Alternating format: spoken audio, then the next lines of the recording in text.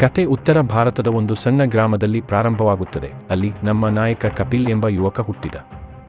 ಆತನನ್ನು ಸೈನಿಕನಾಗಿ ಬೆಳೆಸುವಲ್ಲಿ ತಂದೆ ತಾಯಿಯ ಪ್ರೇರಣೆ ಪ್ರಮುಖ ಪಾತ್ರ ವಹಿಸುತ್ತವೆ.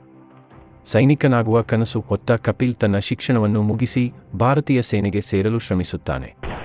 ಆತನ ತ್ಯಾಗ, ಹೋರಾಟ, ಶಿಸ್ತು ಮತ್ತು ದೇಶಾಭಿಮಾನವನ್ನು ಮೆರೆದ ಸೇನೆ ಅವನನ್ನು ಆಯ್ಕೆ ಮಾಡುತ್ತದೆ. ಕಪಿಲ್ ತನ್ನ ತರಬೇತಿಯನ್ನು ಸಂಪೂರ್ಣಗೊಳಿಸಿ ದೇಶದ ವಿವಿಧ ಗಡಿಭಾಗಗಳಿಗೆ ನಿಯೋಜನೆಗೊಳ್ಳುತ್ತಾನೆ. ಅಲ್ಲಿ ಆತನು ತನ್ನ ತಂಡದ ಸದಸ್ಯರೊಂದಿಗೆ ಭಯಾನಕ ಪರಿಸ್ಥಿತಿಗಳನ್ನು ಎದುರಿಸುತ್ತಾನೆ. ಒಂದು ಪ್ರಮುಖ ಮಿಷನ್ನಲ್ಲಿ ಆತ ತನ್ನ ತಂಡದೊಂದಿಗೆ ಪಾಕಿಸ್ತಾನ ಗಡಿಭಾಗದಲ್ಲಿ ಉಗ್ರರ ದಾಳಿ ತಡೆಯಲು ನಿಯೋಜಿಸಲ್ಪಡುತ್ತಾನೆ. ಈ ಭಾಗದಲ್ಲಿ ಶ್ರದ್ಧೆ, ತಂಡದ ಸಾಮರಸ್ಯ ಮತ್ತು ಆಧುನಿಕ ತಂತ್ರಜ್ಞಾನದ ಬಳಕೆ ಮುಖ್ಯವಾಗಿ ತೋರಿಸುತ್ತದೆ. ಮಹತ್ವದ ಉಗ್ರರ ನೆಲೆಗಳನ್ನು ನಾಶ ಮಾಡಲು ಕಪಿಲ್ ಮತ್ತು ಆತನ ತಂಡ ಆಘಾತ ಕಾರ್ಯಾಚರಣೆ ನಡೆಸುತ್ತವೆ.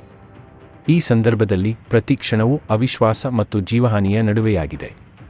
ಆದರೆ ಕಪಿಲ್ ತನ್ನ ಧೈರ್ಯವನ್ನು ಕಳೆದುಕೊಳ್ಳದೆ ತಂಡವನ್ನು ಮುನ್ನಡೆಸುತ್ತಾನೆ.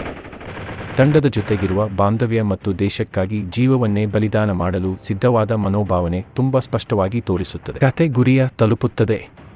ಕಪಿಲ್ ಮತ್ತು ಆತನ ತಂಡ ಉಗ್ರರ ನೆಲೆಗಳನ್ನು ನಾಶ ಮಾಡಿ ದೇಶಕ್ಕೆ ದೊಡ್ಡ ಜಯವನ್ನು ತಂದುಕೊಡುತ್ತಾರೆ. ಆದರೆ ಈ ಗೆಲುವಿನ ಬೆಲೆಗೆ ಕೆಲ ಯೋಧರು ತಮ್ಮ ಪ್ರಾಣವನ್ನು ಬಲಿದಾನ ಮಾಡುತ್ತಾರೆ. ಕತೆಯ ಕೊನೆಗೆ ಕಪಿಲ್ ತನ್ನ ತಂಡದ ಸ್ಮರಣೆಯಲ್ಲಿ ಜಗತ್ತಿಗೆ ಅರ್ಥಪೂರ್ಣ ಸಂದೇಶ ನೀಡುತ್ತಾನೆ. ದೇಶದ ಸೇವೆ ಎಂಬುದು ಕೇವಲ ಕರ್ತವ್ಯವಲ್ಲ, ಅದು ನಮ್ಮ ಸರ್ವಸ್ವವಾಗಬೇಕು. ಜೈ ಹಿಂದ್.